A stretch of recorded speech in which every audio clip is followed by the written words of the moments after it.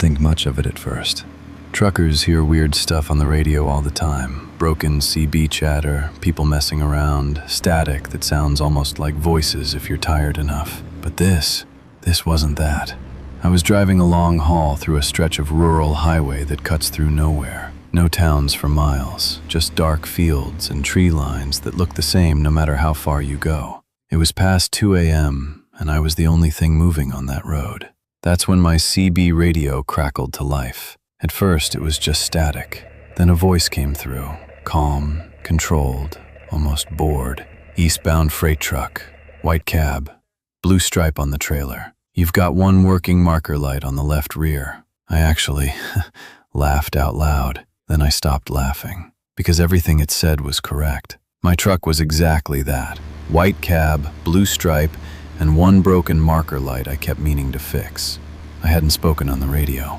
There were no other trucks around, no towers, no reason for anyone to be keyed into my channel at all. I said nothing, just kept driving. The voice came back. You're getting close to mile 114. There's a station ahead. You should stop there. That's when my grip tightened on the wheel. There was a station at mile 114, an old, barely lit fuel stop I only used when I had no other choice. I hadn't mentioned my route anywhere. Not on dispatch, not on radio, not to anyone. I didn't answer. I just turned the CB off. That should have been the end of it. But 20 minutes later, I saw the station lights flickering ahead like a dying heartbeat, and I needed fuel. The place looked abandoned, too quiet even for that stretch of road. One pump light buzzed overhead, and the store inside was dark except for a faint glow from the back room. No cars, no people, just silence. I pulled in anyway. That's when I saw it. A truck, old, rusted, parked at an angle near the far side of the lot. Engine off, no lights. But it felt wrong, like it hadn't just arrived, like it had been sitting there, waiting.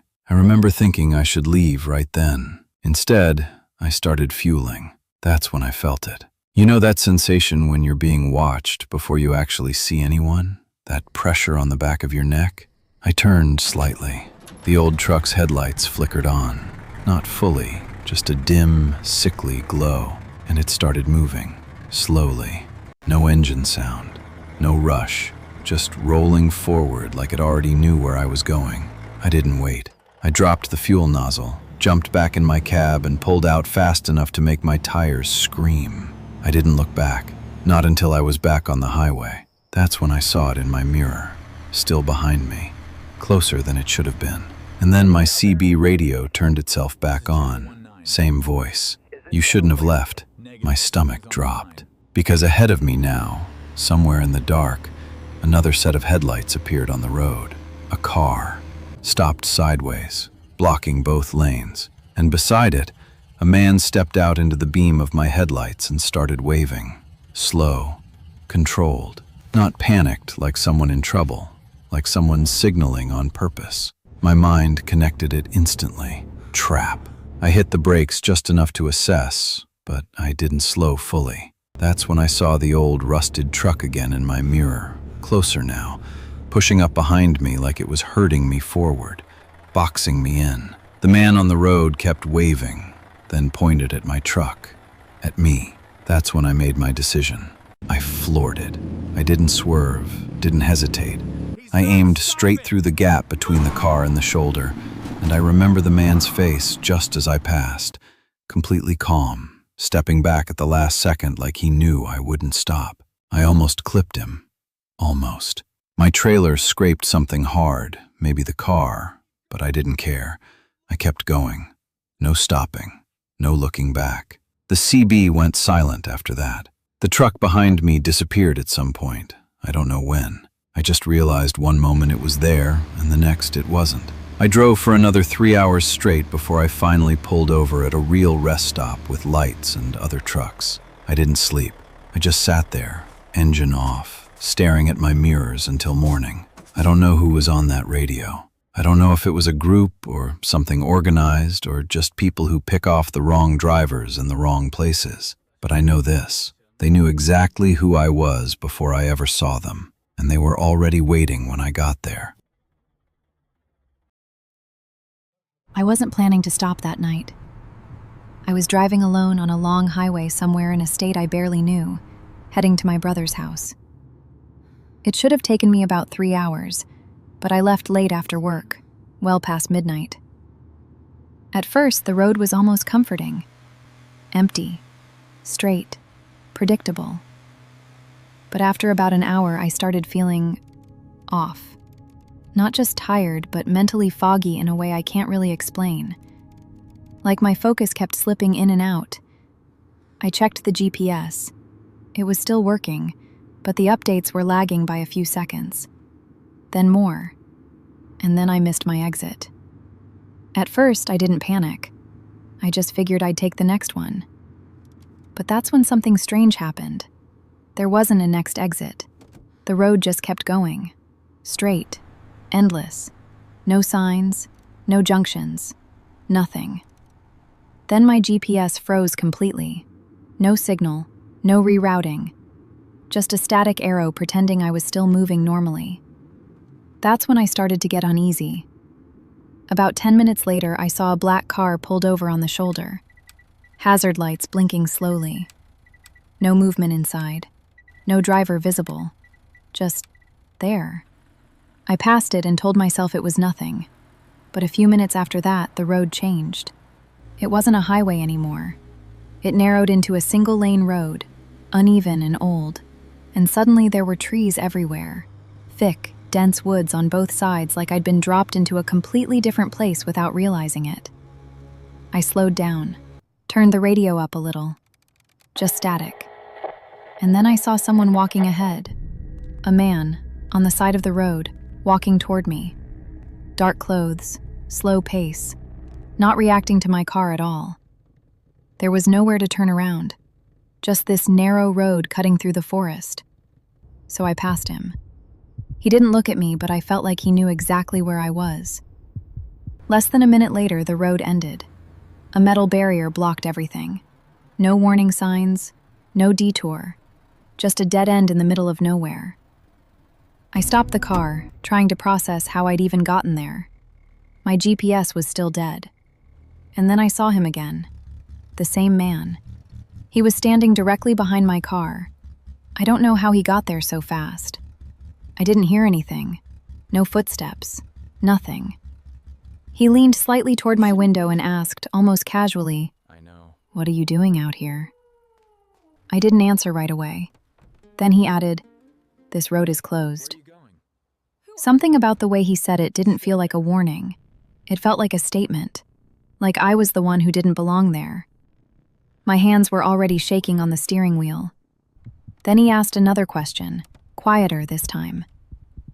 "You didn't see anything in the woods, did you?" That question didn't make sense, at all. I looked past him toward the trees. They felt too close, too dense, like they were pressing in. I told him I was just lost, trying to get back to the main highway. He smiled slightly. Not friendly. Not hostile either. Just wrong.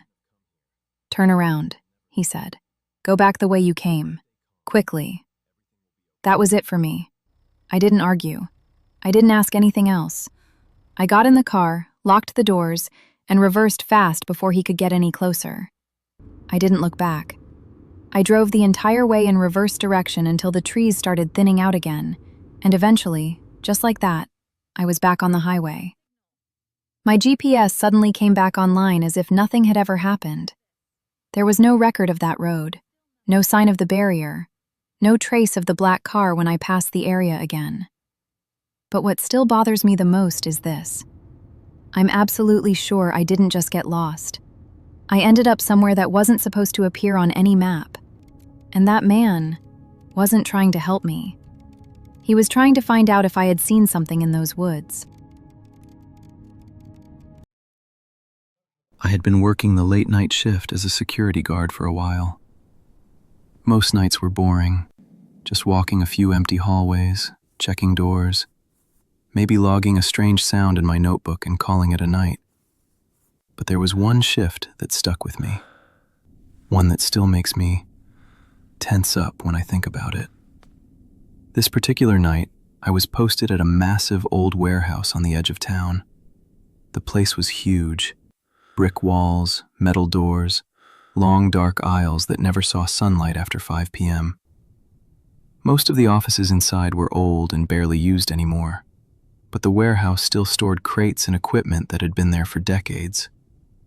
Around 1 a.m., my phone buzzed with a message from my supervisor. "Hey man, a driver left some paperwork in the back office. Can you grab it? It's important." I replied, "Sure," and grabbed my flashlight before heading deeper into the warehouse. The farther I walked, the darker it got. My flashlight cut a thin, shaky beam across empty storage racks, spider webs, and dusty boxes. Everything felt strangely quiet, too quiet, like the building was holding its breath. When I reached the back office, the door was slightly ajar. I pushed it open. Inside, the faint glow of a standby machine lit the room. On the desk was a stack of printed papers. I recognized them as the ones the driver had left.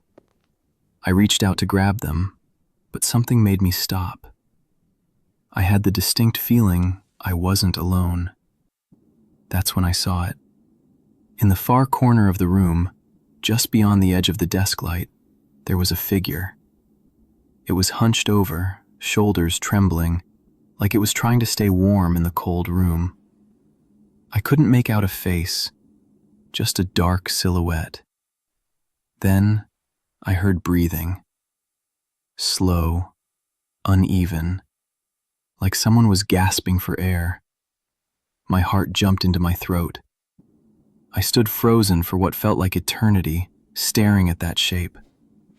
I couldn't tell if it was a man or something else. After what seemed like half a minute, I snapped out of it. I didn't wait to see what would happen next. I backed out of the office as fast as I could, the papers forgotten on the desk. I bolted down the hallway and locked the office door behind me. I didn't look back. When I made it back to the main security station, my hands were shaking. I tried to tell the night shift guy who was coming in for his shift about what happened, but the words didn't come out right. All I could say was that I saw someone in that back office. He looked at me strangely for a moment, then asked one question that made my blood run cold. "Did you go into the back office alone?" I nodded. He didn't smile. He didn't laugh. He just said, "You know why I never go in there by myself, right?" I asked him what he meant. He told me that office had been empty for years. No one worked back there anymore. Not even storage crews. They stopped going in those aisles months ago because people reported hearing footsteps and breathing sounds when no one was supposed to be there. I didn't sleep well at all for days after that shift.